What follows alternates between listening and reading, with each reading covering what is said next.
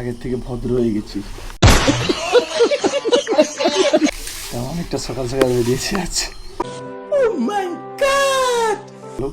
আর কি বলবো, আজকে ওয়েদারটা দেখো বাইরে, দারুণ ওয়েদার এখানে আজকে আমাদের। সকাল থেকে মেয়ে বয়ে যাচ্ছে, আর গাড়িটা নিয়ে তাড়াতাড়ি এখান থেকে ভাগিয়ে যাই, না হলে হচ্ছে এক্ষুনি বৃষ্টি চলে আসবে। চলো গাড়িটাকে বের করে নি সামনের দিকে। এখানে